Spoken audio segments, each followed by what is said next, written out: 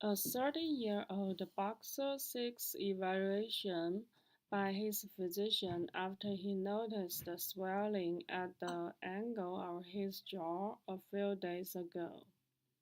He recalls a recent boxing match when he was punched in his face. He says that his jaw is very painful. On examination, a firm mass is palpated. Measuring 4 times 4 centimeters, an ultrasound was performed, which shows a thin encapsulated while circumscribed, predominantly solid mass with occasional cystic area. The mass is surgically excised, after which he develops a hoarse voice for a few days, but recovers within 1 week. The histopathological evaluation of the surgical specimen reports a pseudocapsule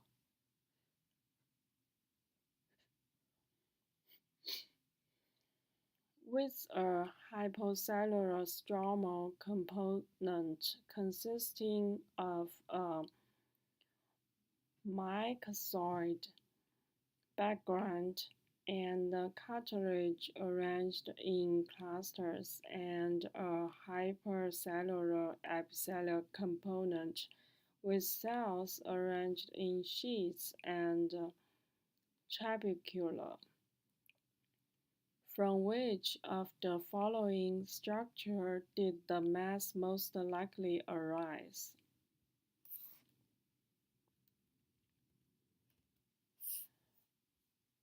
Option A, blood vessel. B, submaxillary gland. C, minor salivary gland. D, xyloid. E, pallotide gland. F, salivary duct. G, lymphnode. H, seventh cranial nerve.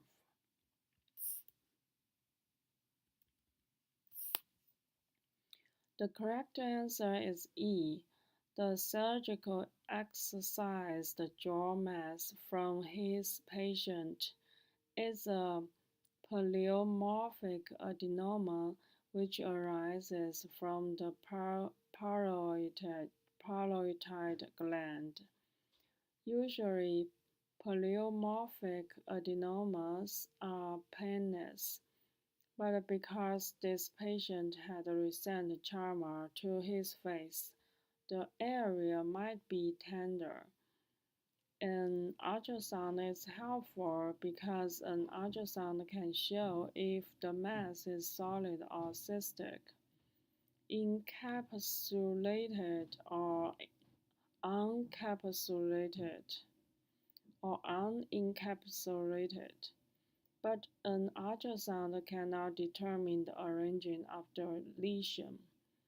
Common lesions that can present as a painless mass with predominant solid areas and occasional cysts with a capsule are solitary nodules of the xyloid, pleomorphic adenomas, neurofibromas, lymphadenitis, and lymphomas.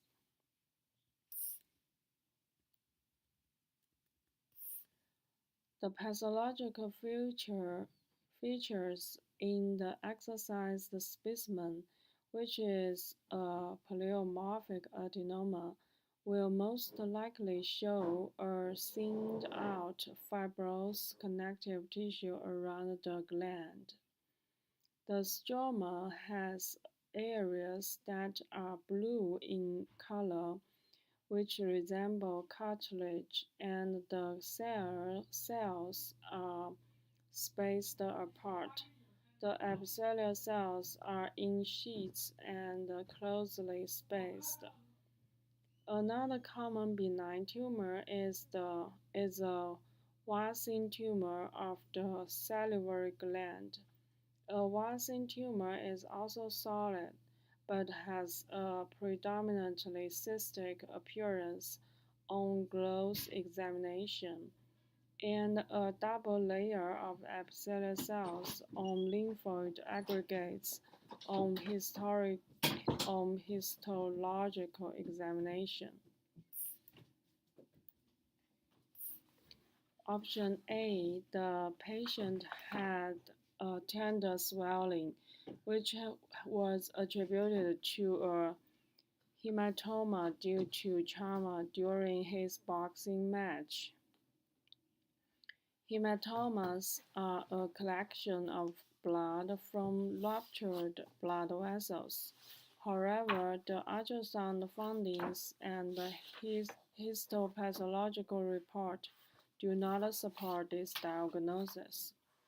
Option B, pleomorphic adenomas most commonly arise from the parotid gland, 70% to 80%.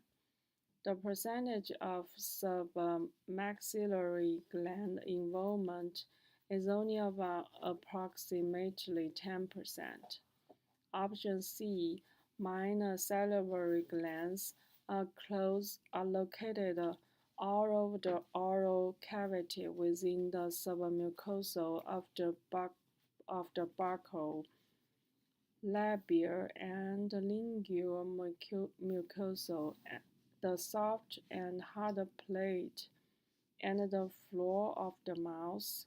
However, the incidence of pleomorphic adenomas arising from the minor salivary gland is less than 1%.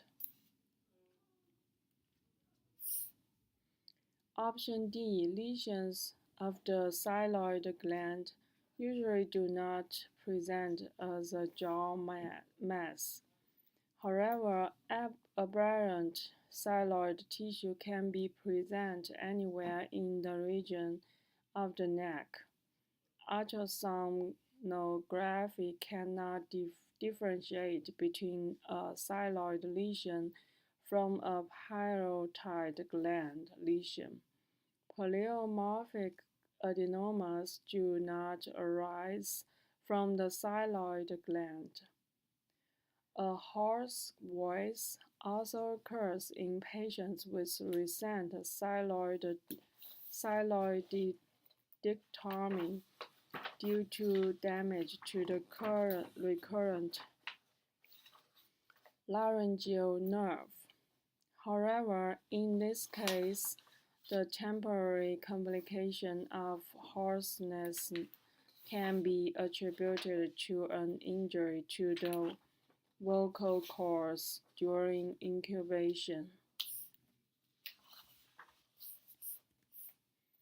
Option F, common lesions of the salivary duct are acute and chronic sialadenitis.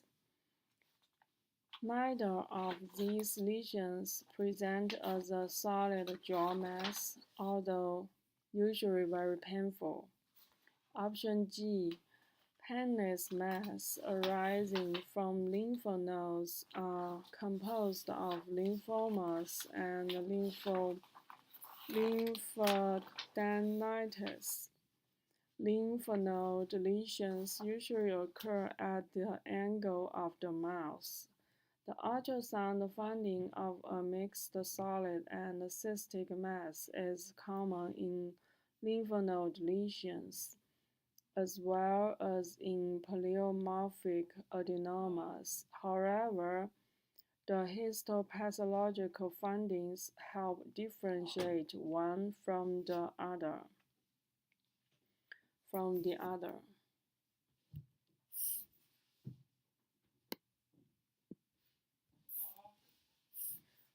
Option H. The seventh cranial nerve can be compressed by parotid gland lesions because the seventh cranial nerve passes through the gland. Compression can lead to palsy of the seventh nerve. Neurofibromas arising from the nerve sheaths present as solid tumors with a capsule on ultrasound and are not pseudo-encapsulated. Learning objective. The differential diagnosis of swelling at the angle of the jaw includes salivary gland tumors, lymphadenitis, and lesions of an aberrant thyroid. The most common salivary gland tumor of the parotid gland is a pleomorphic adenoma, which is a benign tumor. Pleomorphic adenomas are predominantly solid and have occasional cystic areas. The histological features include a pseudocapsule with a hypocellular